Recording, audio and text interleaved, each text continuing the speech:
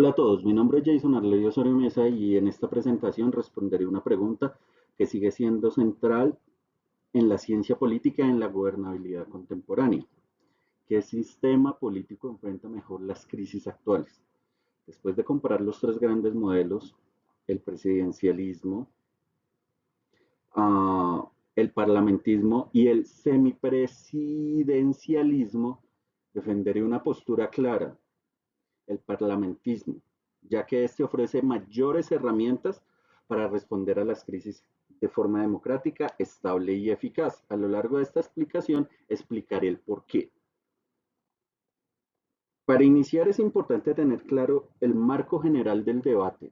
Los tres sistemas analizados funcionan de manera distinta frente al equilibrio de los poderes, el manejo de las crisis, la participación ciudadana y la estabilidad democrática. El presidencialismo, eh, el poder el poder ejecutivo recae en una sola persona. En el parlamentismo, la gobernanza depende directamente de la confianza del parlamento.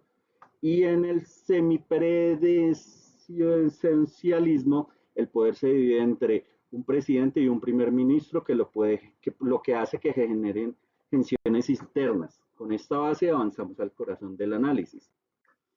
La tesis que sostengo en esto es que el parlamentismo enfrenta mejor las crisis contemporáneas.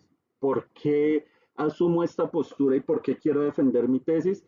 Porque evita la concentración de poder en el gobierno, permite cambios en los mismos sin colapsos institucionales y de gobernanza, también hace que se mantengan mucho más los controles de vigilancia de forma permanente y sobre todo protege el Estado de Derecho y responde mucho más rápido a las situaciones críticas como crisis sanitarias, como crisis de gobernanza, como crisis económicas, políticas o crisis de relaciones internacionales. Este modelo no depende de la figura de un solo líder, sino de la fortaleza de sus instituciones.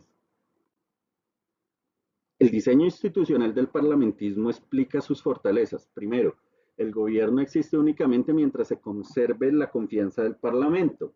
Esto vincula de manera directa una legitimidad del ejecutivo con la representación ciudadana, que al final es la que les otorga dichos poderes a ellos.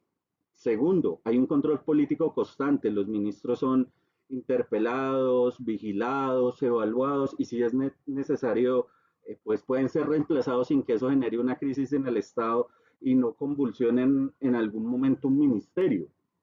Tercero, la rendición de cuentas es inmediata, no se deben esperar 4 años como nuestro Estado Social de Derecho, el colombiano, para corregir estos errores porque el sistema permite ajustes mucho más rápidos y menos burocráticos.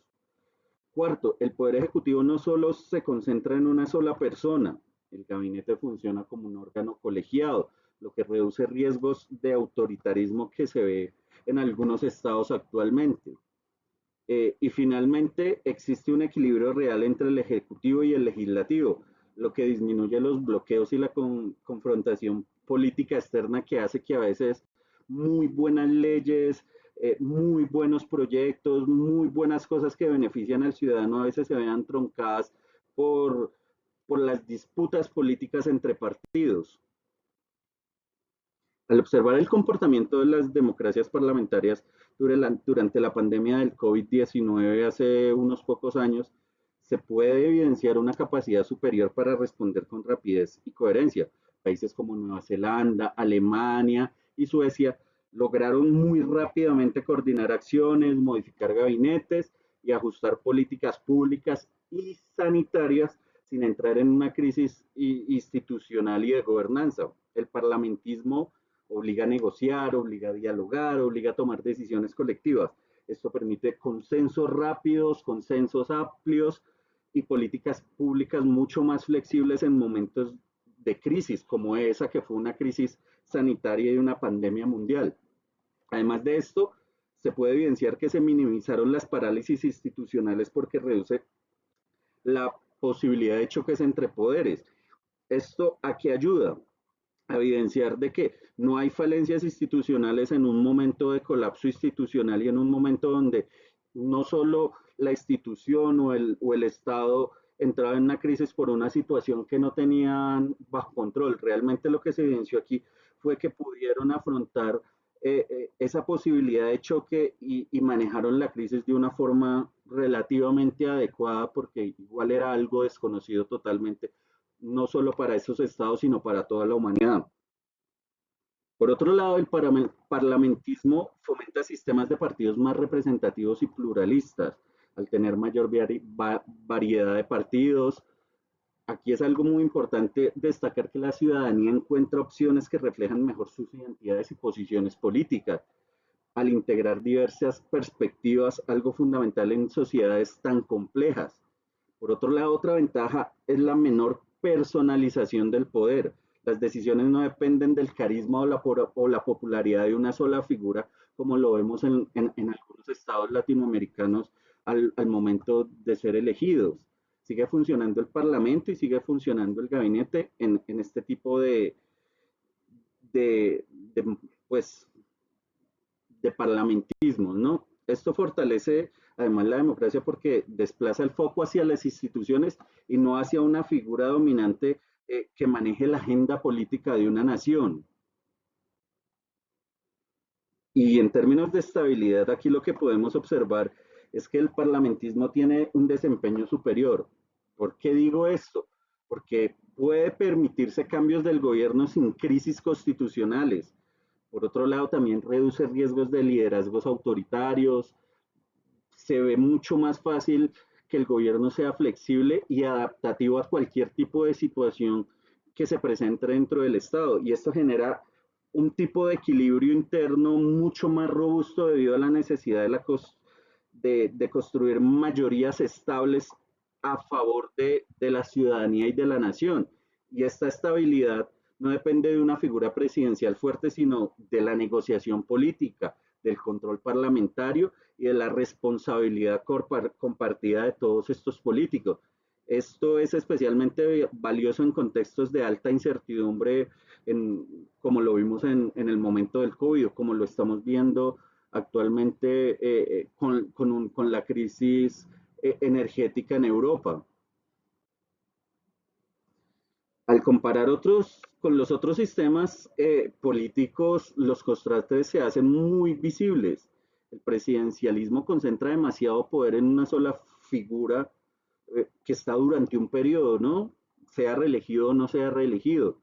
Y esto genera riesgos y bloqueos en el Congreso y crea una transición muy rígida porque dependiendo del partido que suba al poder en determinado estado, las políticas se van a diseñar con base a, a, a, a su plan de gobierno, pero si en el Congreso o en la Cámara no son aliados de esta corriente política, va a ser muy difícil sacar avante todos esos proyectos de ley, todos estos decretos, todos estos manifiestos y en general cualquier ley que pueda beneficiar sí o no al ciudadano. Entonces, determinados sectores van a estar siempre muy parcializados y sea bueno o sea malo, pues al momento de hacerle una contra al Estado, pues les va a dar igual si el beneficio es bueno o es malo. Esto lo que va a provocar siempre va a ser estancamientos, como lo dije anteriormente, polarización y crisis muy prolongadas, como se ha visto a lo largo de estos años en Latinoamérica, inclusive actualmente en un país que lidera el mundo como lo es Estados Unidos y que evita el multipol, pol, pol, eh, que sea un mundo multipolateral. El semipresidencialismo, por su parte, presenta tensiones constantes entre los presidentes y el primer ministro. En escenarios de cohabilitación, la gobernabilidad se vuelve incierta. Frente a ambos modelos, el parlamentismo ofrece una ruta más fluida, cooperativa y ajustable para la gestión gubernamental, y esto lo podemos evidenciar en países como Gran Bretaña, donde en momentos de crisis, donde hay un problema en el Estado, como por ejemplo la época del Brexit en Reino Unido, casi siempre termina dimitiendo el primer ministro. Lo acabamos de ver hace poco en Francia, donde el primer ministro también dimitió por temas de corrupción y por temas de la financiación de la guerra en Ucrania. Entonces, es un tema donde realmente la cooperatividad se ajusta más a la gestión que se está haciendo actualmente en su modelo de gobernanza. Por último, después de comparar los tres sistemas, podemos extraer algunos aprendizajes del parlamentismo. Este es mucho más flexible, mantiene mejores controles democráticos, puede que reduzca un poco la concentración del poder y favorece una estabilidad que desencadena totalmente en las instituciones. Sin embargo, en Colombia enfrenta, sin embargo, pues nuestro país, Colombia, enfrenta algunos retos particulares. Evidentemente, sea el gobierno actualmente de una corriente de izquierda que no la veo tan de izquierda, sino más bien una corriente progresista, a que sea una corriente de derecha o de centro, la polarización siempre es profunda en este país. Una cultura parlamentaria aún es una transición y se ve que hay bloqueos frecuentes entre el Ejecutivo y el Legislativo y una importante desconfianza ciudadana hacia las instituciones por temas de corrupción, por temas burocráticos, por temas de desigualdad. Entonces, pensar en una transición al parlamentismo implicaría una reforma profunda y un fortalecimiento serio de la cultura política en nuestro país. No obstante, los elementos del sistema parlamentario ofrecen lecciones valiosas para mejorar nuestra gobernabilidad. Finalmente, las conclusiones y argumentos expuestos que se apoyan en esta tesis y en los trabajos de autores reconocidos e indicadores internacionales sobre la calidad democrática institucional y libertad política, termina siendo esto una visión académica que fortalece esa visión de un país que queremos que sea mucho más pluralista políticamente. Agradezco su atención y muchísimas gracias por todo.